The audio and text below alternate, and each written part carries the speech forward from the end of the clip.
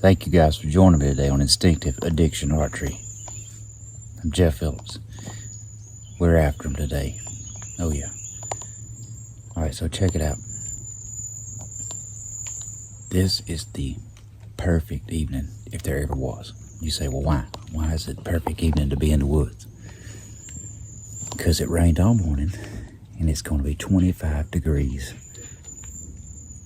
Really, probably around 20 in the morning.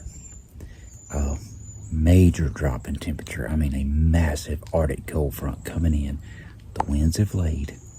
I've had deer on my cameras all day already. So I slipped in here. It's about 2:30. Got this little spot set up here on the farm, and I've got about 400 pounds of corn I put out yesterday. They were already on it last night. And yes, baiting's legal in Alabama. And guys, don't think for a minute, if you live in a state, you know what I mean. If you live in a state and you've tried putting out bait and food for deer, it's not easy. Most time it helps draw deer in. Yes, of course it does. But it makes them really skittish. They know it's not natural. It's not like them browsing on acorns. It's not. They're really skittish, really bad to jump the string, duck, whatever you want to call it. And bugs especially, they know. But I'm after a doe. If a nice buck comes in, man, that's great. But I want to shoot a doe with my recurve. And anyway, what I was saying, guys, for you guys that do bait, you know what I mean. Guys that don't live in states, you know, like Illinois and various other states, Tennessee, and so on and so forth, where baiting has not been legalized yet. Honestly, my honest opinion about it, the hunting was easier before the baiting come in. It really was, because all you had to do was find natural food. That's it, natural food. And now everybody baits. That's the problem. It's like if you don't bait, your neighbors are. Everybody's baiting. And it completely changes the deer's natural patterns. I mean, it does. So, situation like we're in, if we don't bait, they're going to somebody's bait. They're going. And most of the time around here, it's on somebody's field, whether gun hunting or around somebody's shooting house, whatever. Well, I'm bow hunting, I'm in the woods. So me and Daddy came in yesterday and put this corn out, and I hung a camera. Haven't hunted this spot, and I've got rubs. Oh my gosh, the rubs I got in here. Every tree in here's got a rub. There's scrapes. Man, there's just scrapes all over the place. And I thought, okay, let's try it. Be a good little gig. Well, I'd planned on hunting it later in the week when it gets really cold, but the deer have been moving all morning in here. So I'm gonna give it a shot, guys. So Lord willing, we gonna get some action today. Let's do it. Alright guys, it's about showtime. We got maybe 20 minutes till dark. And it's getting cold. Full moon, but still cloudy. Temperature is dropping. So, and I hope one comes in. I hope so. Because we gonna let it happen. Man.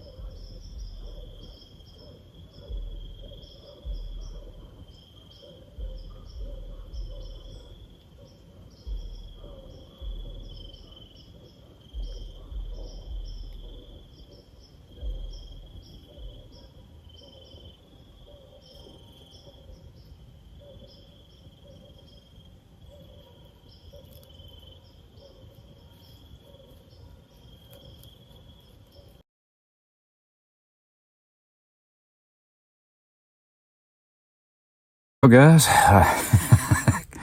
close but no cigar. I don't know if you could see it in the footage because, man, we was losing light quick. But the first big doe came in, 4 of them. Then a buck.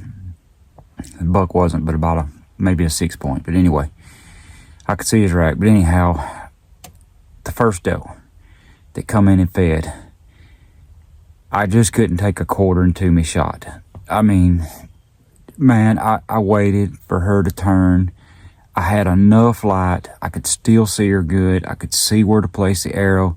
She would not turn. She just fed in that position till it got so dark. Then all the others started coming in close. And I had one right below the tree. And honestly, I couldn't even really make out the magic spot. So that's when you have to quit, guys. That's what I wanted to share with you. That's what I want to bring you in this video.